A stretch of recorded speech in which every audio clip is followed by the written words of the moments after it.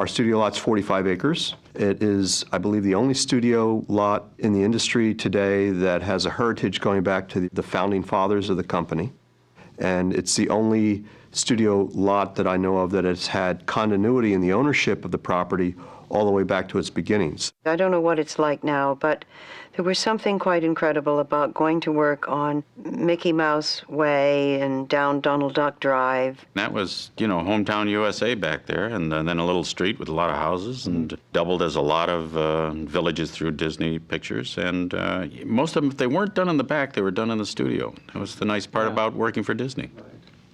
Didn't have to travel far. The back lot was always filled, and there were different shows going on, different movies going on in different areas. It wasn't just one. Walt Disney moved his studio from the old Hyperion Avenue lot in Hollywood over to Burbank in 1940. And at that time, they hadn't started doing any live-action filming. Audiences started asking him, how do you make your animated films? And can we see your movie studio? And of course, it was very difficult for him to have tours of the movie studio because it would interrupt all of his artists. And so he figured he would make a movie that would give a tour of the Disney studio. And that movie was The Reluctant Dragon, made in 1941. This was before there were any outdoor sets at the Disney studio, but it was the first outdoor filming around the Disney studio. The first time they actually used what they might call their back lot was in 1944 when they were filming The Three Caballeros. And they didn't actually build any sets back there, but they brought in some sand and it became a beach where the animated Donald Duck was interacting with some bathing beauties. It wasn't until the mid to late 1950s that Disney really felt, we need our own sets here because we're going to be doing more and more of these live-action films. At the same time, he was starting production on a half-hour television show called Zorro. He needed an early California set, which he couldn't even find at any of the other movie studios. So the Zorro set, built in 1957, was really the first real set at the Disney studio. There was a large fort, there was a number of smaller buildings, there was the house where Don Diego de la Vega lived. The Zorro series only lasted for 2 years, and so what we decided to do with that set was to turn it into a sort of a European town square. They put a huge tree in the middle of this town square for Monkeys Go Home in 1967. They could put French signs on all the buildings and it was France. They could put Italian signs on all the buildings and it was Italy. I remember when they did Bedknobs and Broomsticks, they had a sloping road going up to a large building with a large door, which was the museum. The fort and the surrounding buildings remained for a number of years on into the 1980s until they were finally torn down because we needed more parking. And we built a parking garage there. What do we call it? The Zorro parking garage. I would say the whole lot is probably 3 or 4 city blocks square, something like that. And out of that, maybe the back lot would have been about a block, maybe. It was small, but it was laid out in a very ingenious manner. We had what we call berms. Now, a berm, if you're not familiar, is an area where you have a mound of earth built up around this area so that you cannot see out of it. You're in your own little contained area. So, for instance, you may have a horseshoe-shaped berm with tall trees, and in the middle of it, you may put a log cabin up where they did Johnny Tremaine or they did the Swamp Fox. If you walk down the street to the east a little bit from the berm area, you would get into the business street. Now, the business street was originally built for Follow Me Boys back in the mid-1960s. Walt needed a place where he could film businesses, a shop, a store, whatever. And so this was done at that time. The biggest change came in 1981 when they actually tore down the whole business street and built a new one for Something Wicked This Way Comes. They had a town square. They built a very attractive bandstand that was sort of an icon for the business street from then on and was used a number of times. Attached to the business street was what we called our residential street. There were no straight streets. Everything curved, there were corners, there were angles, so that if you were shooting down the street, you wouldn't see the Western Street at the end of your residential street. It was around a corner. There were only 4 to start with. 2 on each side of the street were built for the absent-minded professor in 1961. Behind the house they used for Fred McMurray's house was the garage where he actually invented his flubber and stored his Model T Ford that he flew in. It's kind of interesting that what they did was take the same house that was Fred McMurray's house in The Absent-Minded Professor, but they used the side of the house as the front of the house for that darn cat.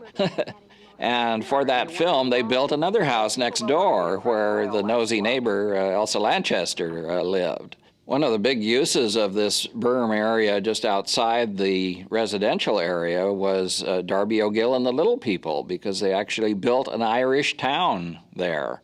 The same area was used quite extensively for those Callaways, and they had a little lake built there. It was big enough that the sequence in Apple Dumpling Gang, when Slim Pickens comes out of the water after the crash of the hook and ladder rig, that tail end of that sequence was shot on the back lot in that little pond. They used it for Lieutenant Robin Crusoe with Dick Van Dyke, and it remained on into the 1980s also. There's now a gas station on its location. As we move out of the residential street, we find a large empty area, and then we get to the Western Street. Now, the Western Street was built originally for Texas John Slaughter and El Fuego Baca back around 1958. This was always the most fun place for me to go as a Disney employee as I was walking around the back lot, because you'd feel like you were in the Old West. Of course, a dirt street. There was a saloon, there was a bank, there was an opera house. The Apple Dumpling Gang was a film that really used the Western area quite extensively. It seemed like, for me, it went on forever. That whole street that you see when you're going down when they have that wagon that's on fire, that was the whole street I remember.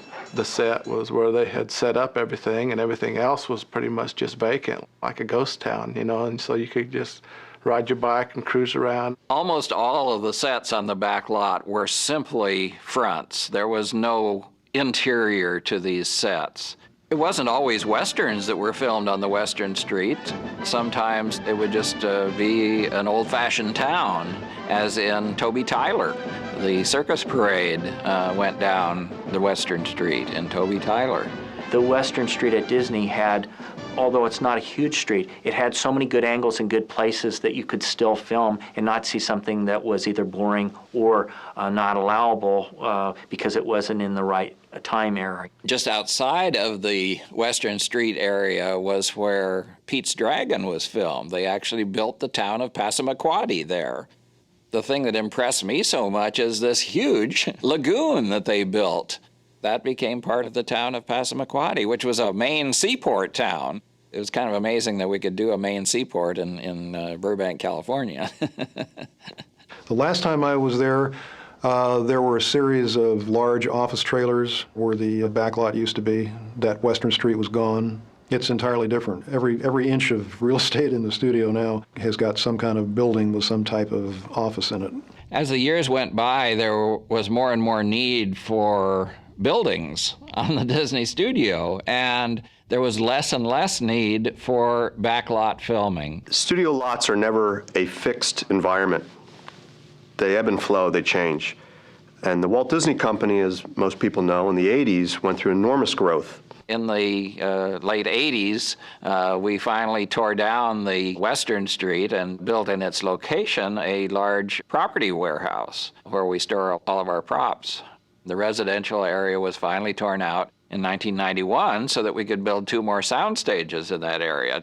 We didn't want to take away completely what was old and replace it with new, so we built a 1 city block long, generic exterior set. It's shops. There's a little restaurant or bar set on the corner. Backlots were important in Hollywood from the early days of motion pictures on up until the 1980s primarily.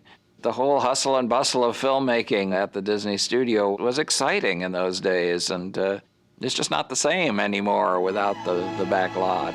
There's certainly going to be this legacy of people remembering the sets that were constructed at the Disney studio.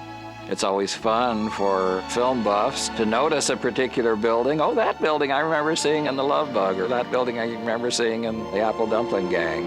I think that memory is going to remain with people forever.